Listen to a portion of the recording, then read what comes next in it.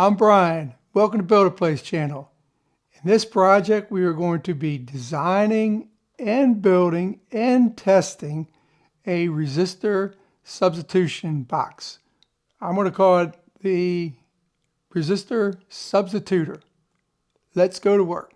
I'm using Altium Designer to create the printed circuit board. Within Altium, I'm going to place the components that I intend to have on the printed circuit board. E1 is a dual binding post that you'll use to interface the wires or test leads for your substitution.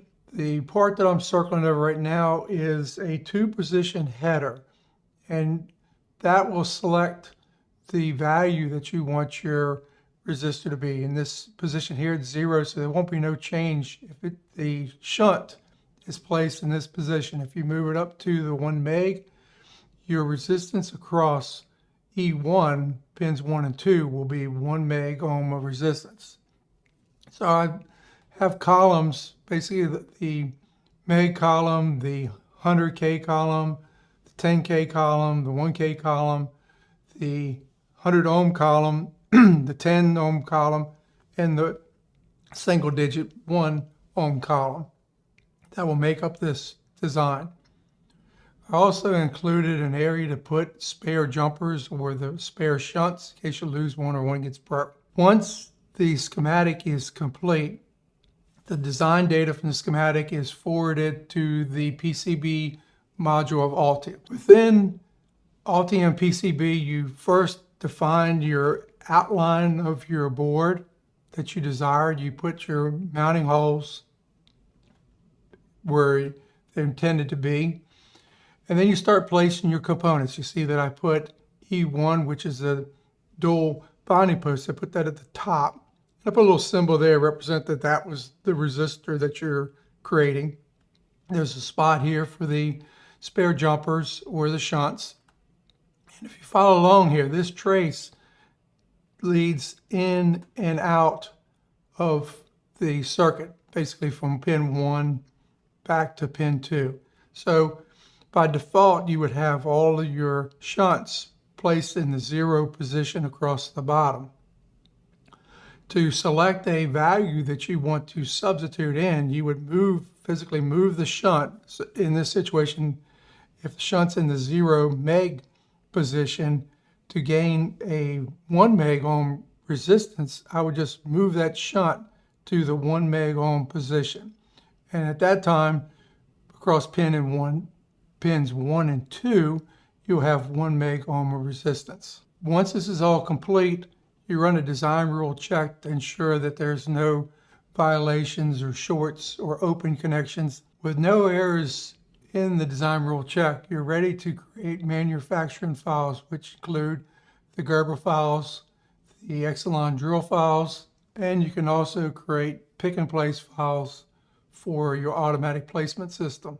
Forward on, if you're having a board manufactured, within Altium, they have a draftsman module that allows you to do drawings. So here's an example of a printed circuit board drawing for the bare board. And then this is the example of a printed circuit assembly drawing. I usually make those separately. And when you go back, we're going to go back to the board itself. A 3D model of the design can be visualized along with the ability to create a 3D step file. So very simply, you just hit a button, 3D model shows up on the screen. You can pan or zoom around, or you can rotate, look at the back side of the board, bring it back around, and visualize what it looks like in 3 dimensions. And from there, you can create a step file of this design that can be imported into your mechanical package. So we're going to go into SolidWorks, and I've imported the board design into SolidWorks. I can zoom around, and I've also included the enclosure that the board is going to sit on. So this is the enclosure I selected, standard off-the-shelf enclosure. and you can put the mounting screws on, and from there you can create a assembly drawing. So we're going to open up the drawing. We're going to open up an assembly drawing. I have this assembly drawing complete, showing the front view, a side view, and a kind of a 3D isometric view. So this concludes the CAD demo of it. So we are going to move on to the actual building of the printed circuit board next.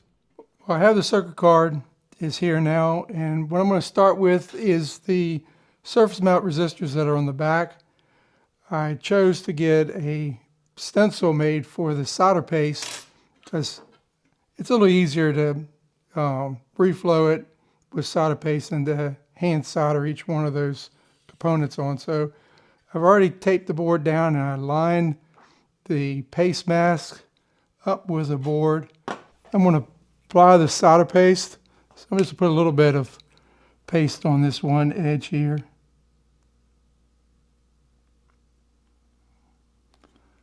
I'm thinking that's probably enough, probably more than enough paste to do those few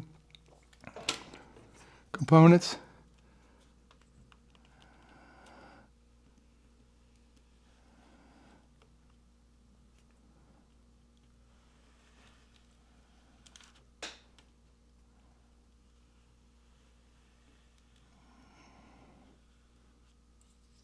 Let's do an inspection, see what it looks like.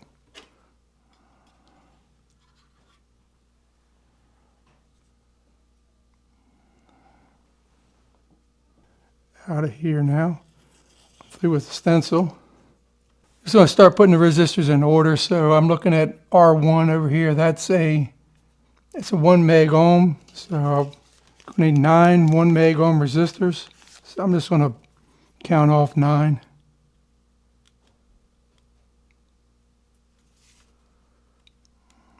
And hand place them in the paste. 2, 3, 4, 5, 6, 7, 8, and 9.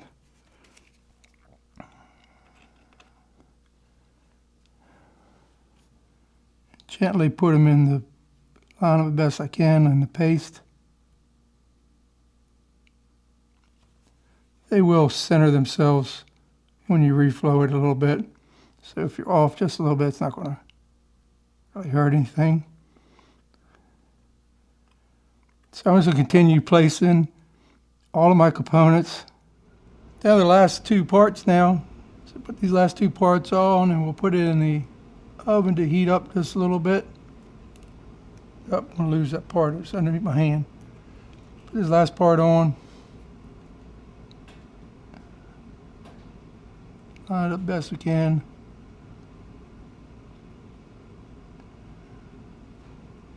They should line themselves up a little bit when you reflow it. Okay, I'm going to put it in the oven for a little bit, cook it.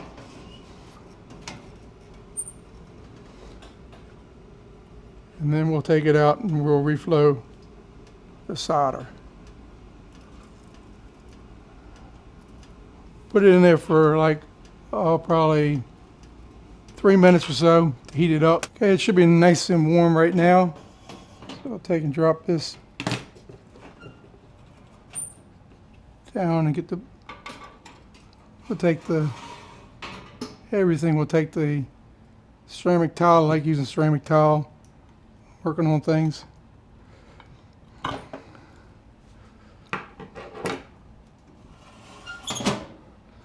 Okay, it should be ready to reflow. Get the hot air nozzle up to temperature, and we'll just start working away, reflowing these parts. This one's kind of easy because it's just following the row. Okay, all the surface mounts all reflowed. Give that a chance to cool off. Well, the next step I'm going to do is I'm going to solder in the 2-position jumpers. So I'm going to use a mating connector to hold those jumpers. So I need to skip every, I think they're 300 thousandths apart. Yeah, they're 0.3 inches apart, so I need to skip every other hole. Just make it easier to solder them in. Keep them nice and straight, because they're impossible to hold, and you usually burn. We're trying to put 2-position headers in. You usually are burning your fingers putting them in. I need 10 of them all together. 1, 2, 3, 4, 5, 6, 7, 8. And the gold goes in the 10. There are 10 leads. That should be 10. 1, 2, 3, 4, 5, 6, 7, 8, 9, 10. So I'm just going to stick those in to the board. Turn the board over. This way I can hold it. I can try to hold it square. It's going to be still kind of hard to get it square and hold it. A little bit of. I'll flux these up.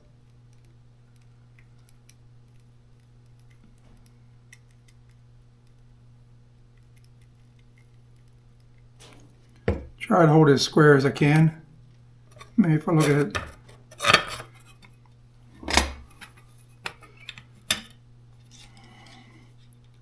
Let me put some solder in as well.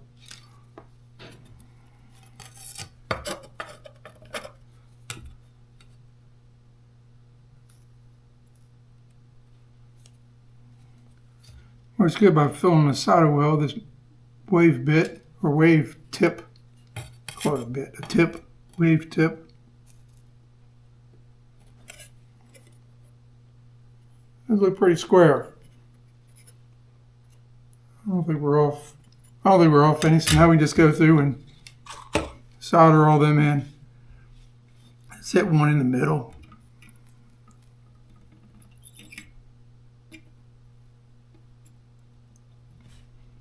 And just start working our way up. Working our way down. In your view, it's going to be up. My way, your way it's going to be down to you. My way, it's up.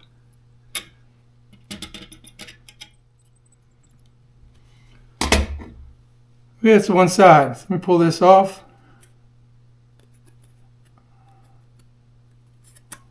There. It all look nice and straight.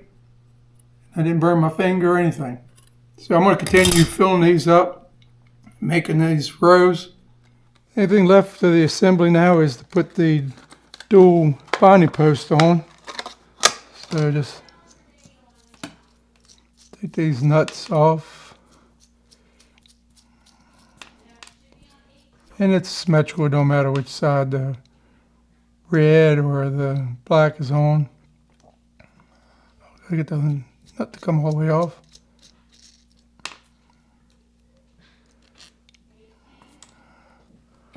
Okay, this should go right in the holes. We're not going to use, this piece is not going to be used, so we'll discard that piece. We want to make connection to the printed circuit board, so we're only going to put the washer and probably need one of the nuts for each of the bonding posts, I think. I don't think they're going to back off. Okay, we got the right size.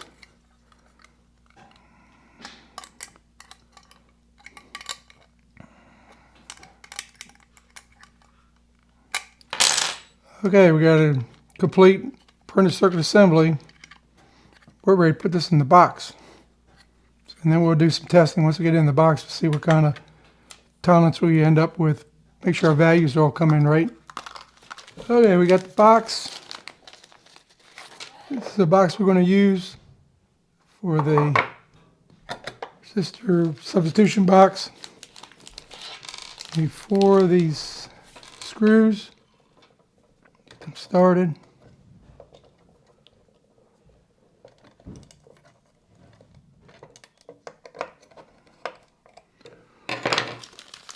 Jumpers on.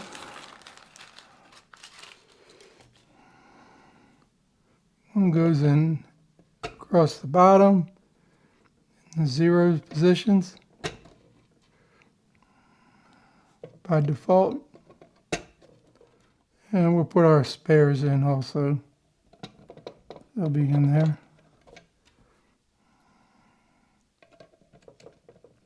Makes it nice if one of them breaks or lose it. Got a whole set of spares there. Always good to have spare parts, especially something like this, because if you're missing one jumper, all it takes is one jumper missing, and it's basically, for the most part, worthless. You could probably put a jumper wire across it or something, but I think it's best to have everything what you want. Okay, there it is. It's done. So we're going to get a meter, hook it up to it, and see how well it works. All right, let's do a test with this thing. We got meters all set up to read ohms. I got my test leads all in place with the locked into the jacks, so they're ready. All my jumpers are in the 0 position, and I'm seeing 0.2 ohms. So if I change this to, let's go to 5 megs. See what we get. It's at 5 megs, 4.997 meg ohms. Drop it down. Let's try 500K. 4.99.9 K ohms. Let's go up here to 90K. That one's right at 90 according to that. But you gotta remember we had some resistance to the 0.2 ohms, so that throws us off a little bit. We'll go to 700 ohms. Oh, I'm sorry. Oh yeah, oh wow. I was gonna say that's 700K, but it's 0.7 K ohms or 700 ohms. Kind of threw me for a minute. Thought I put the wrong parts in. Let's go 50 ohms. 50.02. So it's faring pretty good. 7 ohms. 7.3. So I think this is going to work out well as a resistance substitution box. It's 3 meg, 2.99. Well, that's it for the resistor substitution box, or AKA the resistor substitutor. Hey Steve, this is going to be your Christmas present, so Merry Christmas to you. You got a resistor substitutor box. If you like this project, give me a thumbs up. Subscribe to Build a Place and leave me comments. Thanks for watching, and I'll see you on the next one.